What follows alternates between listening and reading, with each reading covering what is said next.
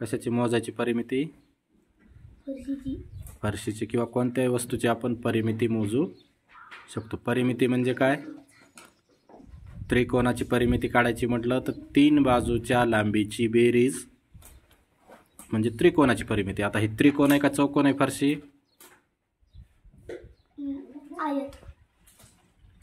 आयत आहे किंवा चौकोन आहे. चौकोन आहे का आयत आहे? आयत आकृती का? आयत आकृती असल्यानंतर मग किती बाजू मोजावं लागतील? लांबी आणि रुंदी. एक लांबी मोजले की त्याच्या समोरची तेवढीच असणार आहे की नाही? किती सेंटीमीटर आहे ते? बरोबर 1 पासून चालू करायचं. किती आलं? 60 सेंटीमीटर. लिहून ठेव वहीवर.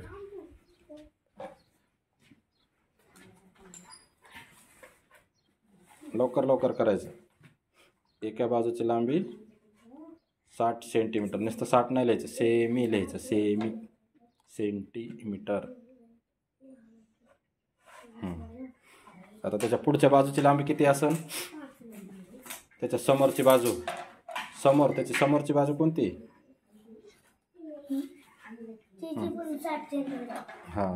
अधिक 60 घे तिथं. समोरासमोरील बाजूची लांबी सारखीच असते आयताची, आहे की नाही? 60 सेंटीमीटर. आता त्याची रुंदी. आयताची परिमिती 47 सेंटीमीटर.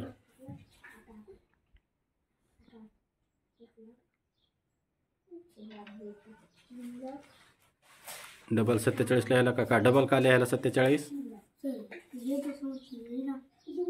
त्याच्या समोरच्या बाजूची लांबी पण तेवढीच असणार आहे. किती असणार आहे? 47 सेंटीमीटर. का असणार आहे? कारण आयताच्या समोरासमोरील बाजू समान लांबीच्या असतात. काय असतात? काय असतात? आयताच्या समोरासमोरील बाजू समान लांबीच्या असतात. जसं याची जेवढी लांबी आहे तेवढंच ते पण लांब आहे ना, ती बाजू पण. आणि हे फरशी इकडची आहे एवढी बाजू, ही मोजली तरी आपण एवढीच भरणार आहे, हे मोजली तरी एवढीच भरणार आहे. 47 भरलं ना? ठेवा आपण इकडं पाहू मोजून. 47 भरलं ना? ते काय आलं ना 47 पाशी? हां, तिची पण लांबी 47 आहे. मोजून बघितलं तर तेवढंच येतं, पण आपल्याला तो नियम अगोदरच माहिती. आता परिमिती म्हणजे काय करणे? चारही बाजूंची बेरीज करायची. चौरस असला तर चारही बाजूची करायची असते. आयत असला तर काय करावं लागतं? लांबी गुणिले 2, रुंदी गुणिले 2 अशा पद्धतीने करायचं असतं ते. पण असंही केलं तरी तुला परिमिती निघून जाईल. हां, याची बेरीज.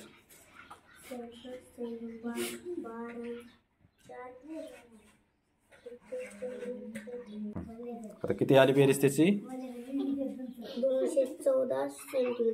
214 सेंटीमीटर. म्हणजे ह्या फरशीची परिमिती किती आहे? 214 सेंटीमीटर. खडू आणून ते फरशी, तुझ्या फरशीची परिमिती काढली. ते फरशी अशी बरोबर असे रेषावर त्याच्यावर त्याचे आयत काढ, त्याचं चित्र काढ त्याचं, असं आपल्याला बरोबर दिसणार ना.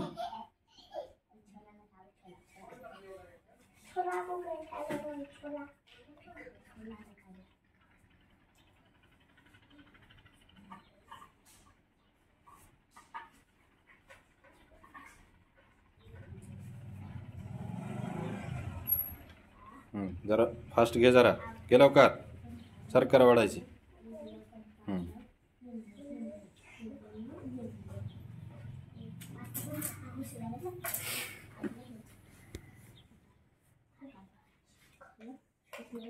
हा झाला आयत. आता ह्या बाजूची लांबी लिह. ह्या बाजूची किती लांबी भरली होती? तुझ्या वहीवर लिहिलेली आहे ना?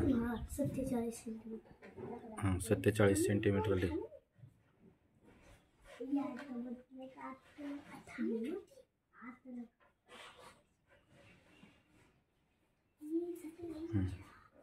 त्याची किती भरली होती? 60 सेंटीमीटर.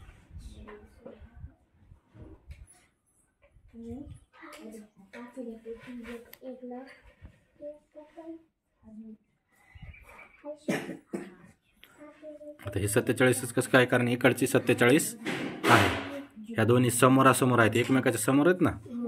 आता ही 47 भरेल का 60? ले मग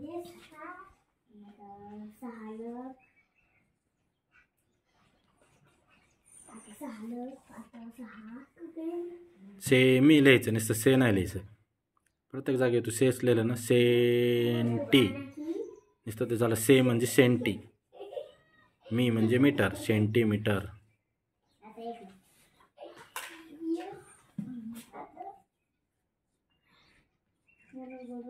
मग आता हे कशासाठी काढलं आपण?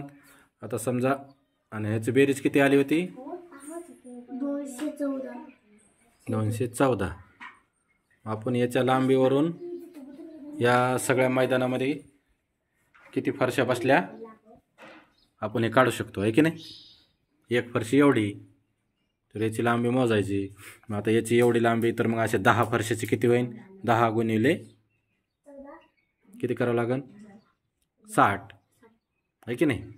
अशा जर 20 फरशा असल्या तर 20 फरशाचे मग एका फरशीची 60 आहे, तर 20चे किती?